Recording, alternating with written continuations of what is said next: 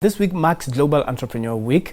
Many events and competitions across the world were organized to inspire millions to explore their potential as entrepreneurs. We have Tsuro, who's program director at eHub, and of course, he is the chairman of Toastmasters International. Thank you very much for coming to our program. Thank you very much for having me. It's such a pleasure to be here. Yeah, we're looking at how to inspire entrepreneurs throughout the world. So far, if you were going to give us the state of entrepreneurship in South Africa, especially at development phase, how would you describe it? It's something that we all realize that it's not going very well at this stage. So many people are starting their entrepreneurship journey just by waking up next thing in the morning. And as you realize, later on, it's not the same concept that they thought they were getting themselves into. It's now a big hellhole, and we need to address that as urgently as possible.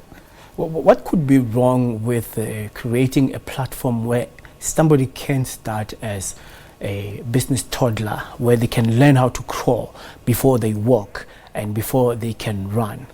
That's essentially what the Entrepreneurs Hub, the eHub that we are running, is focused on. So we want to ensure that by the time you walk into this entrepreneurship journey, you've figured out exactly what needs to be done. You're not figuring it out as you go. Because I think that's the challenge. We figure things out as we go, and then we get deterred or we get depressed by what we experience because we were not mentally prepared for it. And this is exactly what we want to ensure, that our aspiring entrepreneurs get into this, because they are coming from the workspace. And in the workspace, they're already depressed by the work that they are doing. Yeah. And now they need to now find a way to get out. And they're being told, entrepreneurship, follow your passion. But at what cost? But you know, when you talk about coming from a workplace, it's not easy for other people who just come from school, can't find jobs, have done internships only, or they don't even have work exposure. And for one to say, I want to be, it's different from I can be. So essentially, this is where I think our challenge is. I want to be or I can be. What's the difference? What's the fundamental crux that's making us understand this? And the Entrepreneurship 2020 program that we're running is to try and ensure that our entrepreneurs understand what is it that you're saying when you say, I want to be an entrepreneur? What is it that you mean when you say, I can be an entrepreneur? At one of our events, we discussed the difference between an entrepreneur and a business person. You've got to understand that there's a difference. And when you're saying you're an entrepreneur, what innovation are you bringing into the space? And if you're saying you're a business person, how are you approaching the business world? Because, I mean, our economies or our industries are saturated and we've got so many people coming in. But what is it that is making you unique? And that's what essentially we're trying to build with the Entrepreneurship 2020 program.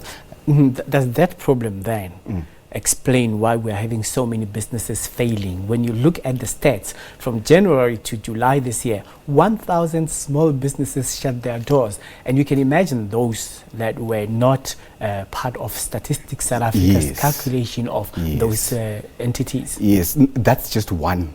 So remember, they say if your foundation is shaky, you cannot build a strong house. And I think that's exactly where we are falling short, because our foundations are shaky.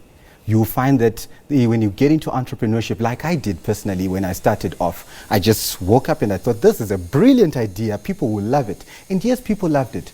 But what about the continuity about it? So you have to realize what are the foundations that we need to do. And that's exactly our 4-week program that we're doing is going to address the foundation part of it. And also, I mean, like I'm taking a look at the visuals there for somebody who is very good with steel or somebody who's very good with wood.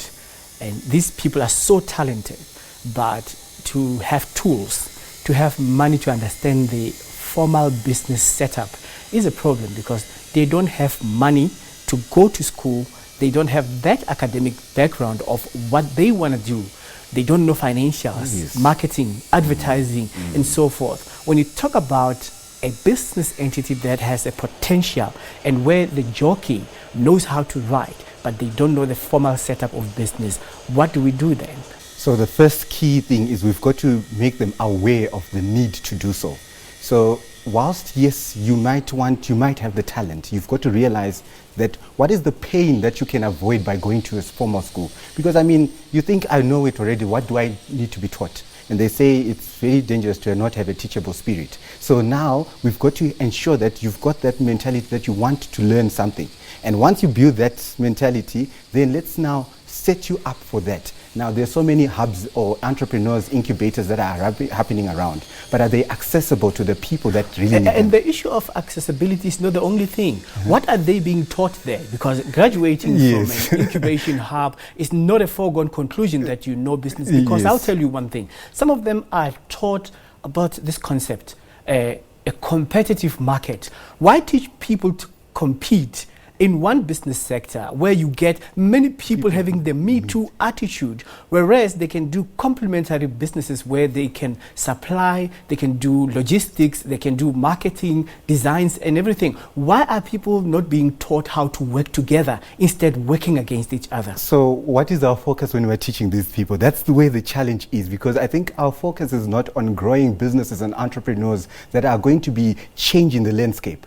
We are worried about when we do the e-hub or when we do whatever we do, we're thinking about what can I get out of it? You see, we need to realize the painful fact that our economy is in dire stress because we've got a 30% unemployment rate. And that's just the statistic side of it. And if we are to build entrepreneurship people that are going to build businesses that will last a long time, we need to ensure that but Frank, you must remember, some of these people come from poor backgrounds. They don't even have money for taxis. They don't have money for lunch. And they are in survivalist businesses. Right. Now, how do you really calculate the financials in terms of reinvesting the money into the business when you have to take care of yourself? You need to buy toiletry, you need clothes to wear, you need boots, overalls and safety equipment. I mean, like, it's not easy for them. Are we really blaming them out of the vacuum when we don't put ourselves in their shoes? That these people are struggling, man. It's very true, and it's scary because that's the reality of what we're dealing with, and that's where the talent is, and that's why our talent is being left down, and essentially they then decide to go into work and be depressed Monday to Friday, 8 to 5 p.m. because they're not seeing the essential part of it.